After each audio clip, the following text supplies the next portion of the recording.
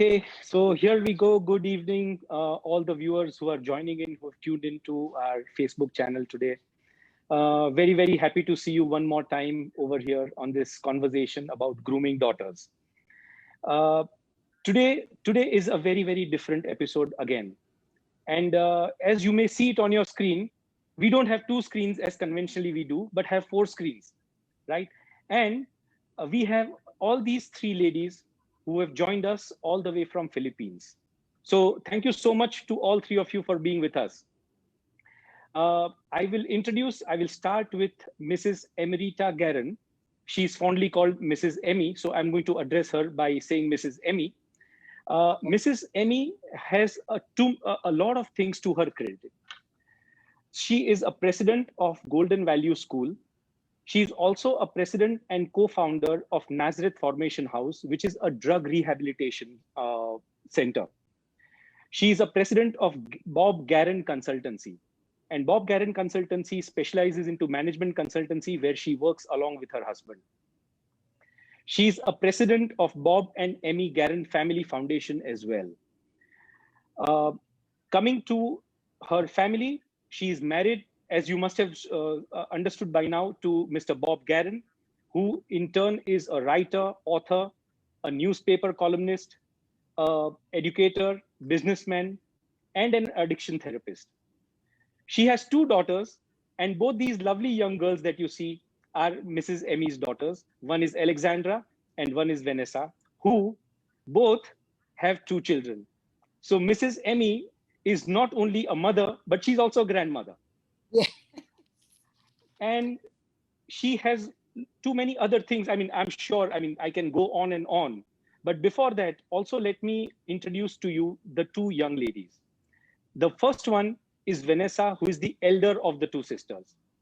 And Vanessa she has been looking after the Golden Value School for last 20 years. And another young lady is the younger sister. Her name is Alexandra. And she looks after the rehabilitation, and she's been instrumental for past 14 years.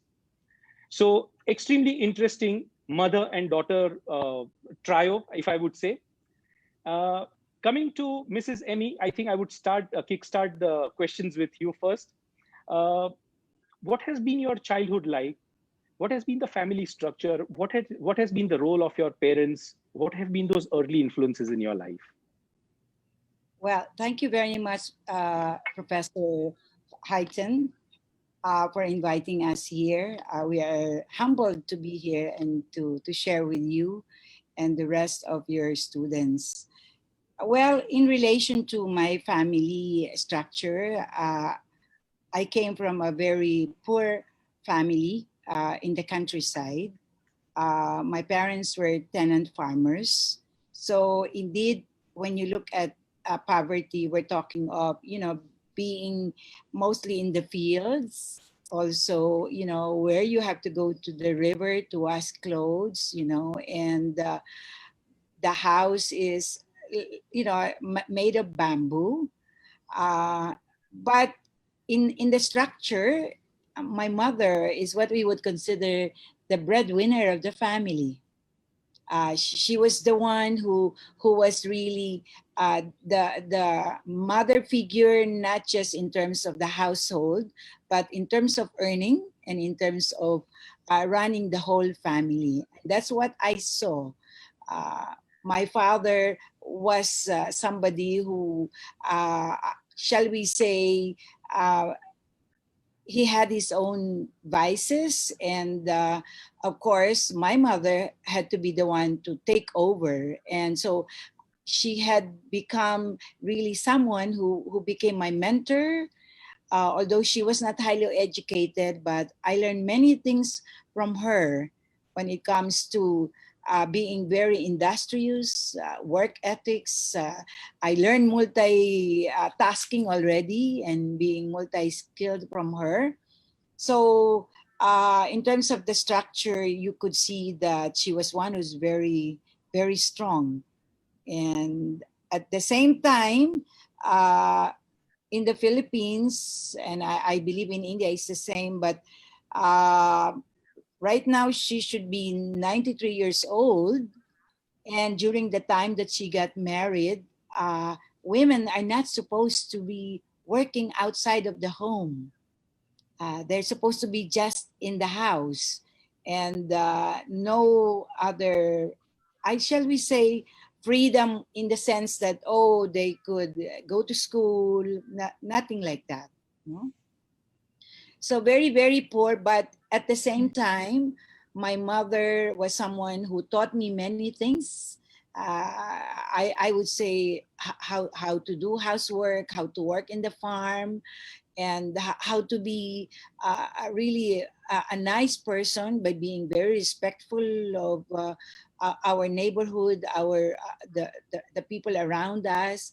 And there was one thing also which she definitely taught me, and that was the importance of education. She was someone who tutored me how to read, how to do math. Although I was not fortunate enough to go to a private school, but she was someone who was there behind me. And I would imagine that she was someone who talked to me a lot about things, and things which amounted to, I have to become a better person someday, that my poverty should not be something that would stop me from moving forward. Someone who imbibed in me that the world out there is very big, and that it's up for me to really be motivated to be able to learn many things, so that was the family structure. Meantime, my father was on his own, someone who's very possessive. And this is something which I saw, which was not a good model for someone to be, maybe someday when I become a mother, or somebody who's going to get married. I was sure in my mind that, whoops, this is not something which I would like to have in the future. I would want someone who, first, who would believe that women are equal partners. Women should be very loving and very caring, and be very well provided for, and someone who would love his children as if, they're the best thing in the world, nothing more important than that. So that was the structure. And I think um, my mother saw that there was something more that her own children will have to accomplish. But she was a businesswoman. She had something, a little store in the house. She knew how to farm, how to harvest, rice. She knew how to sell outside. And I saw her as she will do anything to make sure that her family will be in the right, how would you call it, will not be hungry, you know s- uh, even if the house is not so big, uh, because it's made of bamboo, but it's something that's clean because we are provided for with the necessary equipments in our house. So that's the structure. Very, very poor. Early in the morning at 5 o'clock, I will be up in the stove cooking our rice. And early in the morning, I'll be going to the river to get our water and take a bath there. And in the morning, I'll go to school. I will walk probably, and for a young person, a child, I will walk maybe about less than an hour to go to school, on not even on a cemented road. And I was wearing wooden shoes, the wooden shoes, not even the plastic shoes. So that, and our road was not even cemented. It was made of, there are pebbles. And so by the time you finish schooling, the wooden shoes would be smaller already. It was hard to walk. But the school was very good. The public school was very good. I learned so many values, and I learned to love learning. And so that's the only place which I love most, because when I'm at home at that time, I was always working. I was always working, and I was always taking care of my siblings. So when you look at the foundation of work, it was always there with me. And to this day, I'm still working. Even if I have assistants, I'm always working. So that was the structure of my childhood. And so I became a scholar because being a someone from the poor family, uh, unlike in the States where you have social welfare, here we don't have, we have to live with relatives. And so for me to be able to go to school, at least they can pay for for my transportation, and then uh, all the tuition is free because I was a scholar, and that's how I continued my schooling up to college. And by then, after that, I worked, and that's where I met my husband, and he was someone who was the president of our very big organization. So, And Mrs. Emmy, I think you have raised some very wonderful points. Coming from a very poor family, your father has vices, and that's where your mother decides that my children are not going to stay hungry. I'm going to work. And she decides that we are poor, but poverty is not our destiny. And I'm going to make sure that my daughter does everything where she's going to come up in life. Despite being uneducated herself, she decides to invest in your education. And along with education, she is also trying to balance by teaching you how to manage house, how to cook, and I think so. This is exceptionally inspirational. And I would not say you have a mother. I would say she was a fighter, right? Because she fought with all the difficulties in life to ensure that her daughter doesn't face the same thing. Fantastic points.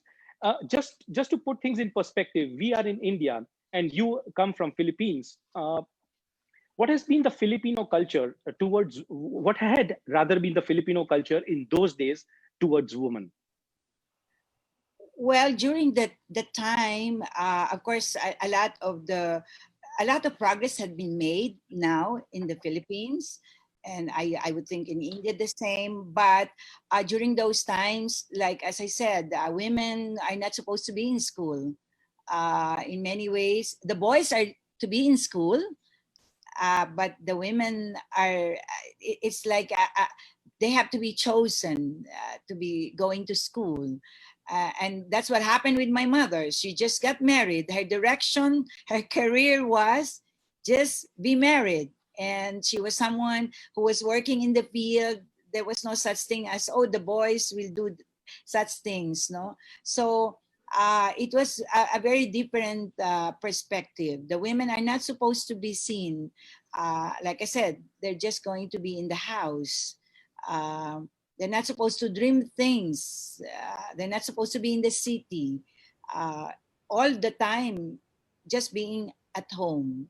No, but my mother was so determined that her children will become better, and when she realized that my father will not be somebody who she could count on, she decided also to separate from him and said, this is going to be with 4 children in tow. She decided, I will make something out of my life for my children. Which So, in those days was unheard of. Women didn't separate from their husbands during that time. yes, yes. So the situation, the women are mostly, well, even up to now, in the corporate life, there are corporate organizations, business organizations. There are not many women yet at the top, but as entrepreneurs, women entrepreneurs, we have a lot of women entrepreneurs, no? Because that is where they have to do something. They could be selling something, they could go into small businesses, and that's where the women are very good at least in the Philippines here, as entrepreneurs. They can do almost anything when it comes to business. So Absolutely. So that was going to be my next question, and we were talking. You just mentioned about your husband, and it is quite conceivable that somebody who has seen her father, going through vices, and her mother working all the way through her life, okay, to bring about a change in her daughter and her children. what were your thoughts on finding out your life partner? And what was it that you were very clear that you were looking for in a life partner? Well, I surely was very determined that I was not going to get a husband to be who has vices. No drinking, no gambling, no womanizing. Uh, the husband will just have to be completely focused on me because he has to be loyal and he has to be really very loving of my children and someone who I would be able to communicate all the time. We will be talking all the time, and someone who would be with me uh, and enjoy the kind of life, the kind of direction that we will start with when we get married. And that's exactly who I got. Someone who had those values, uh, someone who is willing to work hard, somebody who will be in many ways will walk through the less traveled road for as long as we are together. And so I think at an early age, at 5 years old, my concept of what a good man should be for me already formed, so that even if I had suitors then, uh, sorry, I will not even consider someone who would even drink a little. No, no, no. And I will not even consider someone who, how would you call it? Oh, maybe just a fling? No, no. Uh, Unfortunately, even in the Philippines, because of the Spanish influence way back, there are many, our men are usually can have a lot of women. No offense to the Spanish people, but because of we were here, they were here for 300 years, no? So there was a lot of influence wherein uh, when a man has plenty of women, yay, you know, that kind of thing. And it is acceptable, no? So definitely it was something that I was not ready to, you know, to consider if they have someone to if he or he rather would fool around. On the other hand, he also made sure that when we got married, we had to have agreements already. You know, prior to our marriage, like I said, I'm not gonna. You will not stop me from working, because I've seen a lot of women, including my own relatives, who could not really uh, let go of their husbands because they have no skills. They don't know what to do. So in many ways, they had to take the situation as as is, and that's not good. So I So, told so him, talking about your husband, Mrs. Emmy. Obviously, as a young woman, you had some very clear concepts about how your husband should be. How did your dreams get converted into reality? What is your life partner like? How has he been supportive to you? Uh, can you speak something about your husband and his support, and what do you do together? oh, well, he is definitely my cheerleader. Anything I would like to do, he fully supports me. And in many ways, he was someone who really believed in me. Uh, he always felt that I could do a whole lot more. In the first place, we have a 15-year age gap. Okay, so he said, you're going to have to learn many things, because if something happens to me, his word is, I don't want you to run into the arm of any man, because you don't know what to do, you don't know how to live, so you will learn everything. So I'll let you swim there. And he believed in me. It was, there was nothing that I cannot do, because he was always there, very very supportive, not Can you jealous. can you elab- can you give a couple of illustrations, like what kind of support? For I example, remember when we were talking, you spoke about Philippines Coast Guard incident, something around that. What was it like? Actually, I wanted to add to that. The way my father supported our mom, that's what we grew up with. The way he treated her is how he treated us. If he wanted her to be an empowered woman, he was her cheerleader. He was our cheerleader. He would always encourage us. I'm talking about the concept of a man my mom wanted to marry when we were young, around 12, 13 years old, when there would be guys trying to court us already. My dad would say, you both have to make a profile of the man you someday want to marry. What are your standards? What are your negotiables? What are your non-negotiables? And I'm like, Dad, I'm only 13 years old. Why are you asking me to do this? And he's like, well, me and your mom, our relationship did not happen by accident. And he would always say, the man you will marry one day will make a huge impact on you. It will affect every aspect of your life, your career, your family life. Even if you're successful, if you go home to an unhappy marriage, it's not going to work out well. So he embedded that in us. And he would be our cheerleader. Like, we're all with the Philippine Coast Guard. I'm a captain. My mom is a commodore. She worked her way up. My sister also joined as an ensign. And we're there in a sea of men. And my dad would always introduce himself as, well, I'm with the Philippine Coast Guard officers, auxiliary, and I'm their driver.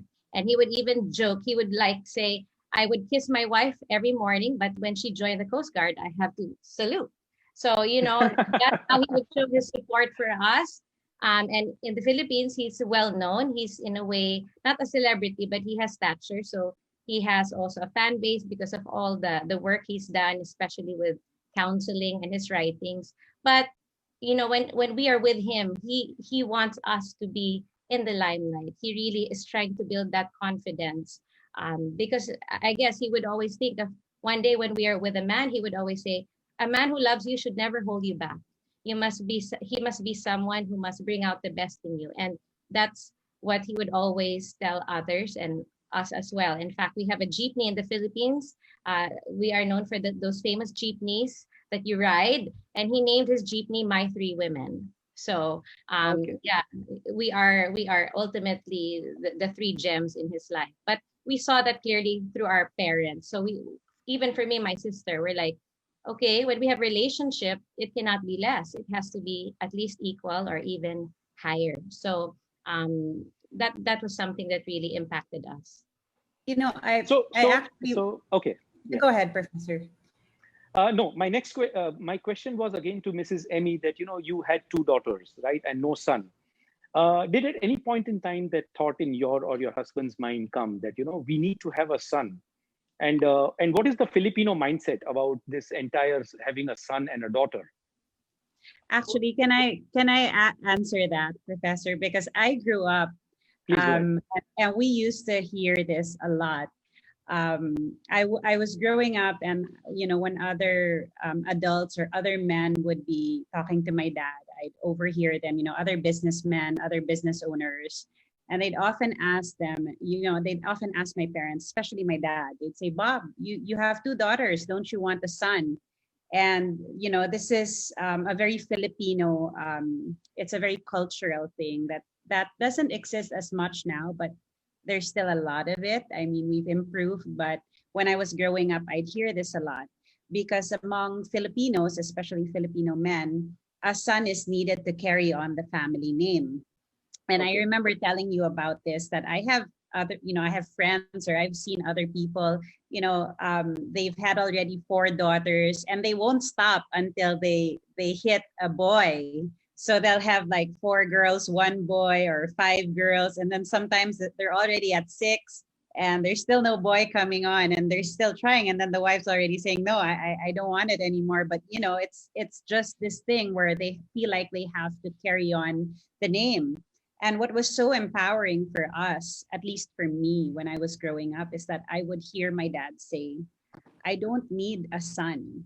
I have two girls, and they can do anything a son can do, and they could even do it even better.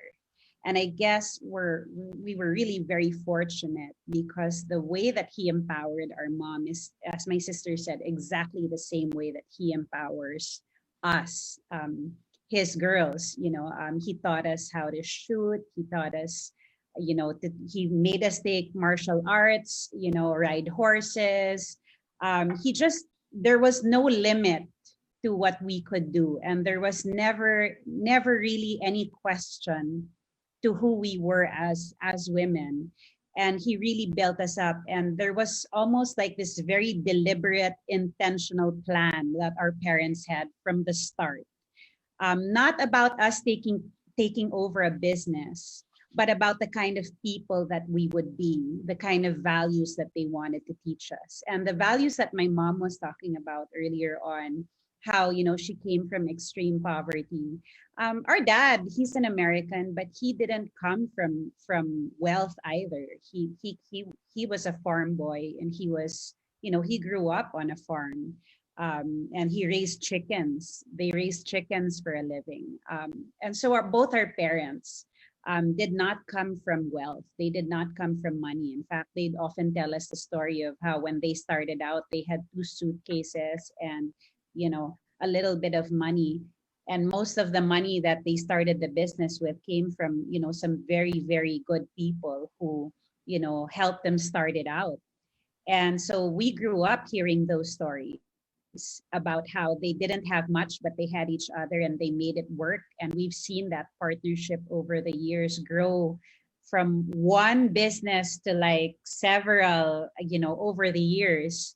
And we've been very lucky to be a part of that. Absolutely.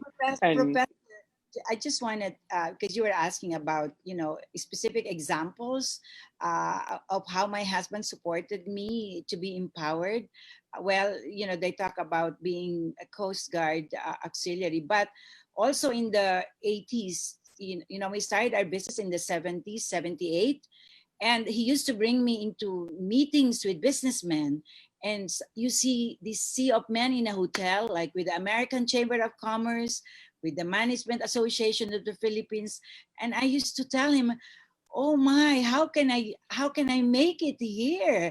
There are very, very few women. It's like, about 400. And there were like, maybe you're lucky if we're like about 10 women in the hotel rooms. That was really, really, really scary.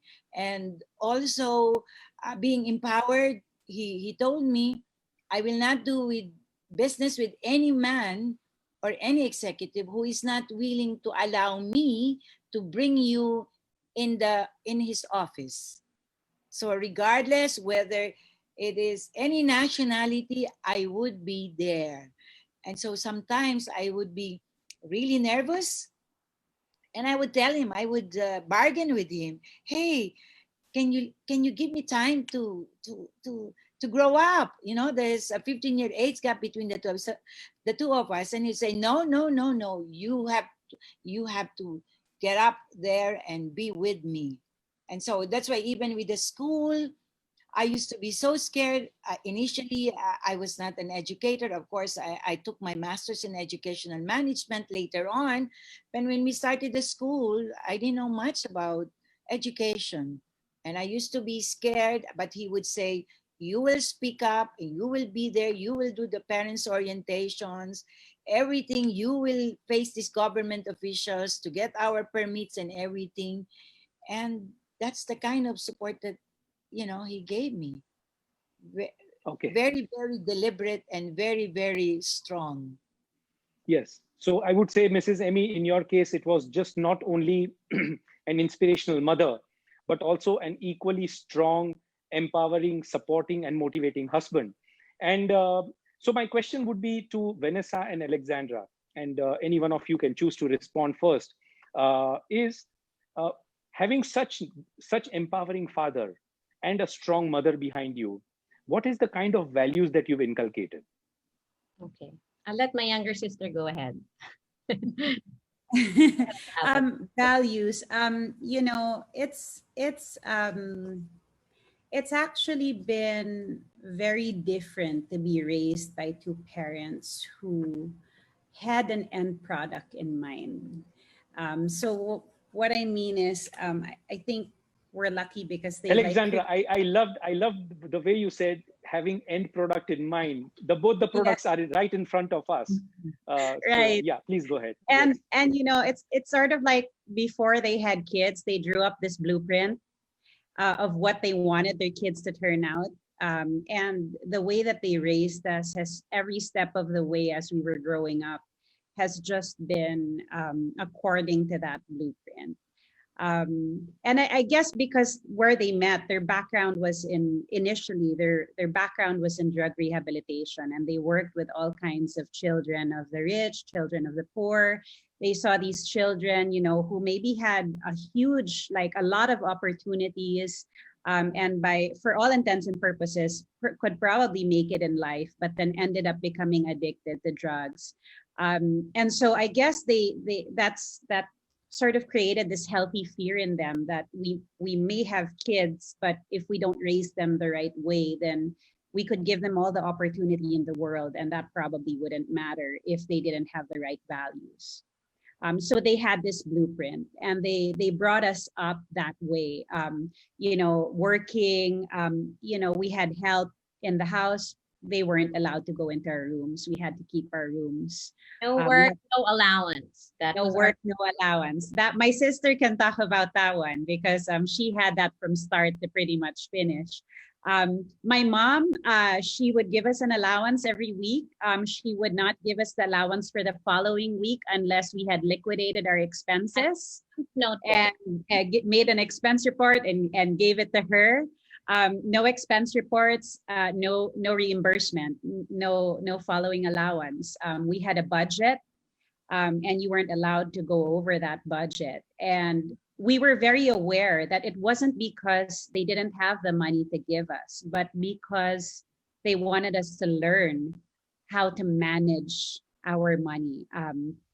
And we were never forced. Like we had family businesses growing up. We were always around the family business, but we were never pressured to end up there. If my sister and I are working in our family businesses today, it's not because we were forced to do it. We actually had a choice. And I remember telling you this a few days ago. I actually said that I would never work for the family business, because it was just this open thing that you can choose to work in our family business or not. If you don't want to work in our family business, we'll keep it going until we can, and then we'll let go of it. But we're here out of choice. And for me personally, a huge reason why I work in the family business is because of the relationship that I have with my parents. I don't think I could work in the family business if I didn't have a meaningful relationship with them, because a large part of why I stay with them, and I've been working for the family business for 14 years, is because of the love and respect, the deep respect that I have for them. And honestly, it's really a lot of gratefulness, because I think they just gave us all the right tools to create this life for ourselves, to choose the right person to end up with, how to bring our kids up, the right way. And I think so much of that, at least for me, I'm not sure about my sister, but at least for me, that's like at the heart of why I decided to work in the family business when my mom asked me if I wanted to give it a chance. Because for the longest time I was saying that I wasn't going to. I would be the type that wasn't necessarily within the mold. I was more adventurous, rebellious from time to time. And after I graduated from college with my degree in psychology, which would actually be a no-brainer for the rehabilitation center. But I wasn't thinking of that. And my mom asked me, and this strong, woman who came from nothing and built up this business, who's been a huge shadow, like casting this huge shadow in our lives because she's so successful, just asked me if I wanted to give it a try. And that's all I needed, actually. And I said yes. And that was 14 years ago, and I haven't looked back since. So actually, that's one of the major reasons why I do what I do day in and day out. So yeah. How about you, Vanessa? Yeah, to add to that, so my sister and I are very aligned. If she talks about a blueprint, I found a letter that my dad made for me when I was in my first year of working in our office. It was tucked away with yellow pages already because it was written about 20 years ago, and it was entitled A Prayer for Vanessa. And he wrote a prayer, and I was about like 2 years old at the time. And he said in that prayer what he envisioned me to be, a woman of strong values, like a reed in the wind that will not bend or compromise her values, And someone who, when I read it, I was just crying afterwards. I'm like, wow, it was no accident how I turned out the way I did. My parents made a deliberate effort to really bring us up the way they did. And yes, even if they did, rags to riches story, have a lot, we were never brought up in that way. We were entitled.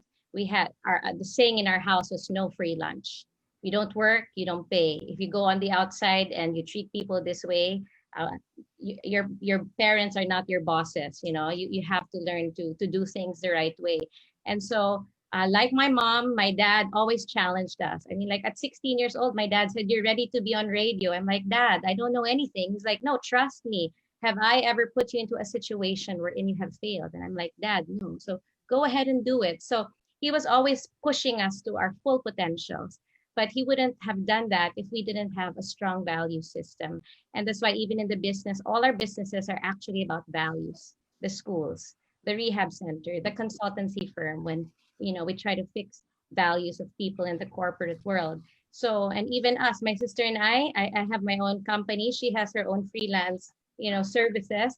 But there's one thing we also do together, which is our 3-day boot camp training. And as mentioned to you before, I won't do it without her and she won't do it without me. So even when we get pregnant, we have to talk. We're like, we can't be pregnant at the same time. One of us has to be okay because even if we're offered so much money to do it, I'm like, I can't do it if my sister's not there. So in a way, like my parents made that commitment, even if they had opportunities to make more money, but if they couldn't do things together, then they would have not accepted it. And we've done the same. We've turned down certain business opportunities if we can't do things together. And I think with all of this, at the end of the day, I guess the key word really is there are no accidents in life. Everything really, as much as possible, if you want it successful, you really need to take the time out to plan things and see a vision. And I'm very grateful. For me, there's like more pressure. Look how I turned out. I better make sure that the next generation we do an even better job for our own children.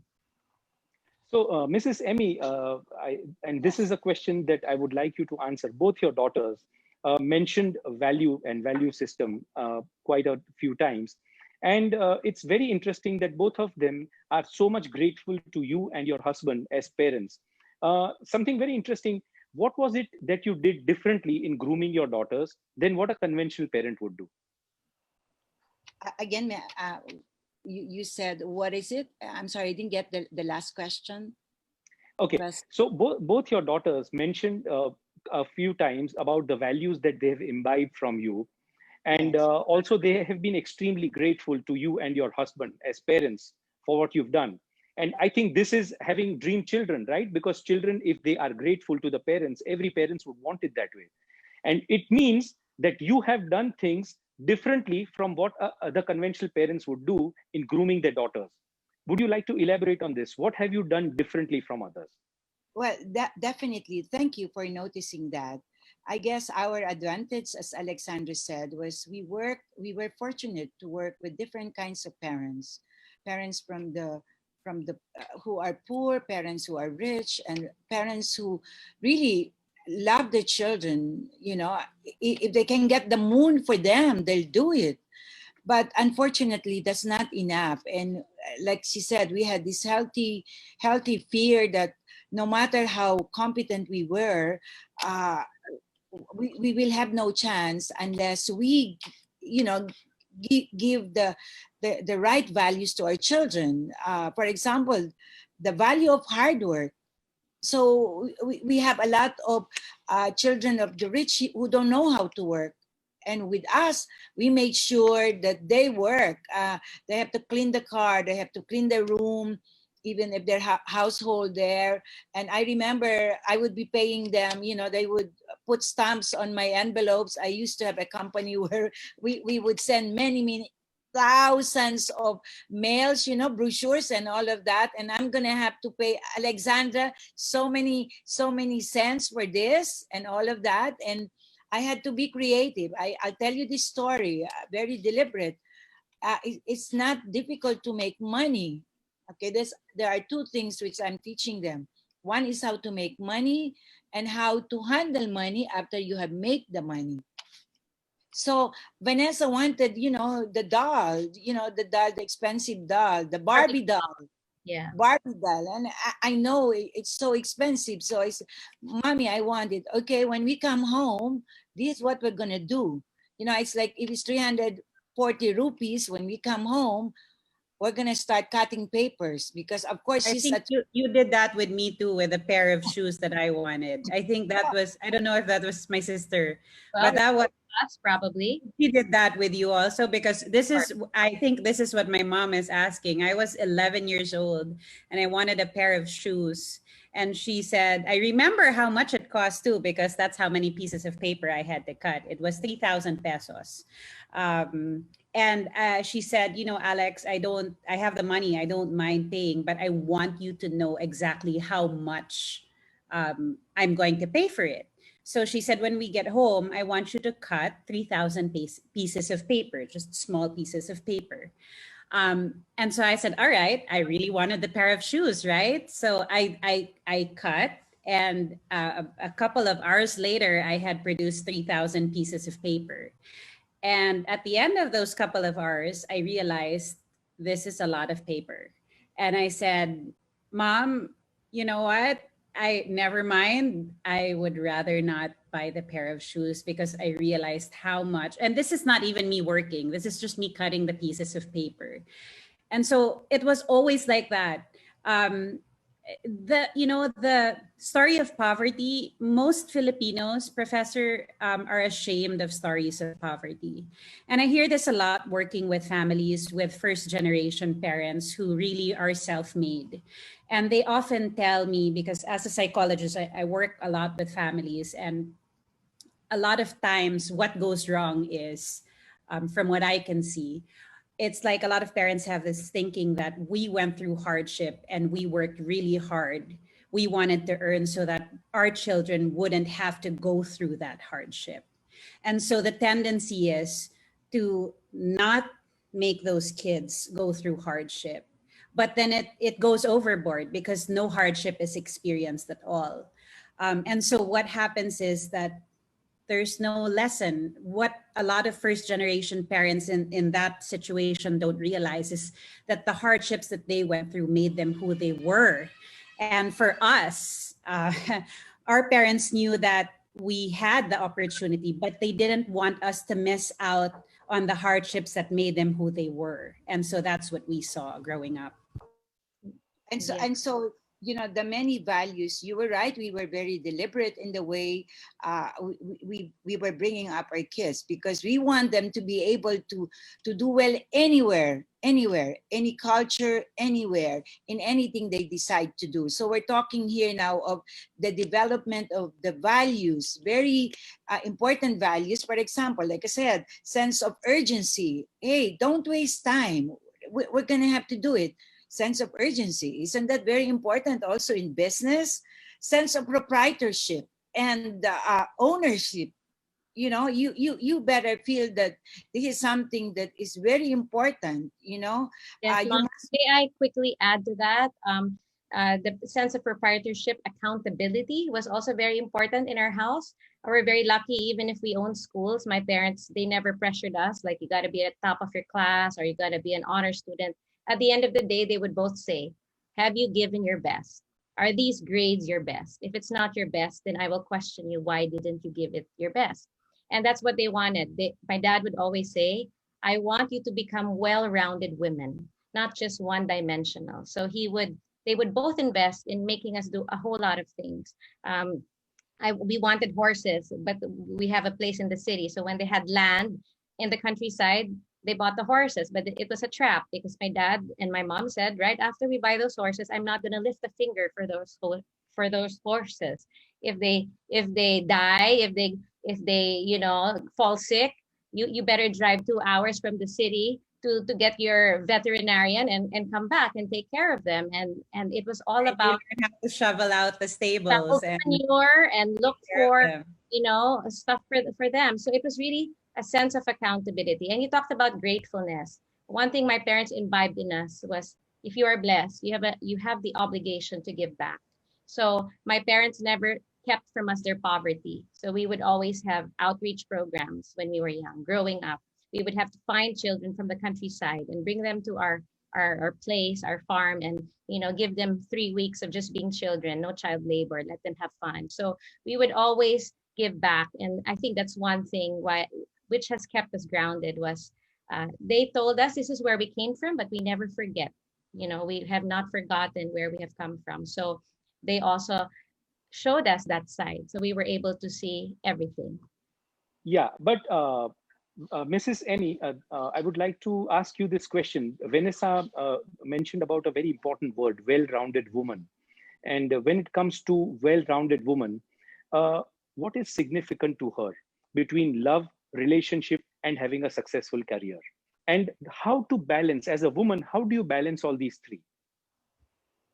Well, let me tell you, and this is why it's good for family business to groom their daughters, because I had no difficulty balancing my career, my family life, as well as my business. Uh, by the way, I mean, I brought those two in my business because I promised myself I will never leave my children when they're young in the house, even if I had house help. I breastfed for many, many months because I believe that that's the best milk that my children could get. And you had a crib in your office, and we both had cribs in our offices. We would hold meetings, breastfeeding our babies and covering up, but whatever our mother did for us. I think that deserves an applause. That's phenomenal. Okay, please go ahead. Please go ahead. I mean, it's we actually repeated the same things that our mom did. Family business gives you the freedom to be the best woman you can be, the best wife, the best mother, and actually, I think it's been a tool for me. I believe why I am the woman I am is because I've had the freedom to still think that I'm a valuable person by helping my family earn, doing good, and at the same time, I don't have to compromise my job and my home life. And my sister, I mean, we pass each other. Here's the crib, use it for your kid, and that's what we do. We try to learn from each other. But Mrs. Emmy, you were making an important point, and I would want you to elaborate on that. Is you have used your family business as a platform to groom your daughters. Can you speak something more about this? Yes, definitely. Well, first of all, when we did our business, for me and my husband, it was actually a platform for our relationship to flourish. Whatever we did as a business is an expression of our love. There's nothing that my husband and I cannot do. We can always say we can climb many mountains because we're so much in love that the work just becomes very, very easy. And so with our business, this is not something I preach on them. It was just an example. They saw me carry them around, anywhere. I will have 2 basins for taking their baths. I will have so many multiple, milk, whatever containers, everything, because I wanted my kids to be with me all the time. And so grooming them, well, Vanessa always loved children. Up to this day, she loves children. So it was so handy for her to be able to handle the school. And but why particularly family business as an ideal platform? Well, because it's hard if you're working for a corporation outside. Of course, there are so many restrictions. You have the head office from New York saying you gotta do this, you gotta do that, right? Otherwise, if you can't do it, sorry, you cannot continue. When it's a family business, you talk to each other. How much do you want to expand? How much do you want to work on? You negotiate, and you have the family as a consideration. Secondly, it's a lot easier when it is a family member who is working in a family business, because there are many values that they already picked up along the way. It is innate in them. Like as I said, having that sense of proprietorship versus somebody who's not a family member, it will take a while for them to learn the business. They need a lot of trainings, they need a lot of seminars, and they'll have to go through a lot of failures too, a non-family member. Whereas a family member, especially daughters, my experience with them, I've always said, I wish I can have, 50 of them. So maybe I will have a lot of businesses, right? And I see the children running around. What could be better than that?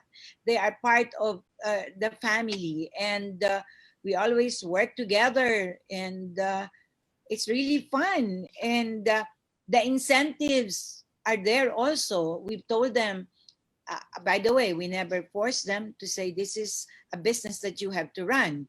You want it? Go ahead. We will teach you. Whatever we know, we will teach you. And we believe in you. And so the incentives in terms of eventually they've been told you will inherit this if this is what you want. So it's like, what else can they ask for? If they work more on it, and especially for women, by the way, it's hard for women. Am I a feminist, Alex? I don't know, but I always Absolutely. carry the, huh? Absolutely. I carried Yeah, go that ahead. advocacy for women. I carry Yeah. that advocacy for women. And I repeat that because I really feel women can do a whole lot more. And in a family business, it's really good for women because there are restrictions also, like you can choose. You can choose the kind of business that you want. There are businesses that will not be good for women. And so in the family business, we are all together. It's funny sometimes because we are from different areas. For us to meet, we really have to connect to each other. We are coming from different areas, and we will meet in a mall, and that's really fun because we manage to connect to each other no matter what. Absolutely. Absolutely. So So it basically what you are trying to say is that a family business can give a lot of flexibility, which an outside business or a corporate world or a multinational company cannot offer. And you very strongly believe that family business is an ideal platform to groom the daughters, and the way you have done for your daughters. Uh, Extremely interesting conversation today. Just to quickly summarize, we have this lady, Mrs. Emmy, born in very, very poor family, extremely inspirational mother, breaking the stereotypes of the Filipino culture, making sure that poverty, we are poor, but poverty is not our destiny. And then that's how Mrs. Emmy decides that she needs to choose the right life partner, not somebody who is more like her father, but somebody who she had the picture in her mind ever since she was growing. And then she has these two lovely young daughters, and she decides that daughter or son, it's the same, and I'm going to groom them by using my family business. On that very special note, thank you all the three ladies, Mrs. Emmy, Alexandra, and Vanessa, for joining us all the way from Philippines. It's been a great conversation. I think there's been a great learning for all the viewers here. A lot of similarity between the Filipino culture, Filipino mindset, and the Indian culture and Indian mindset. Like Philippines, the way it was ruled by Spanish for 200 plus years, India was ruled by the British for 200 plus years. We have a lot of things in common. Thank you so much for joining us. And You. for all these viewers, for all the viewers who have joined us, uh, we conduct this every Sunday at 5 p.m. It goes live on Facebook. It's called under Grooming Daughters. Those of you who have missed our previous sessions and episodes, they are archived on our YouTube channel called Women in Family Business by AIFMB. If you would like to share, if you would like to join us, please like our Facebook page, and you will stay abreast with what is happening, what is the next event in future. So on that note, thank you so much, and a namaste to all of you from Thank India. you. Thank you Thank so you. much. Namaste.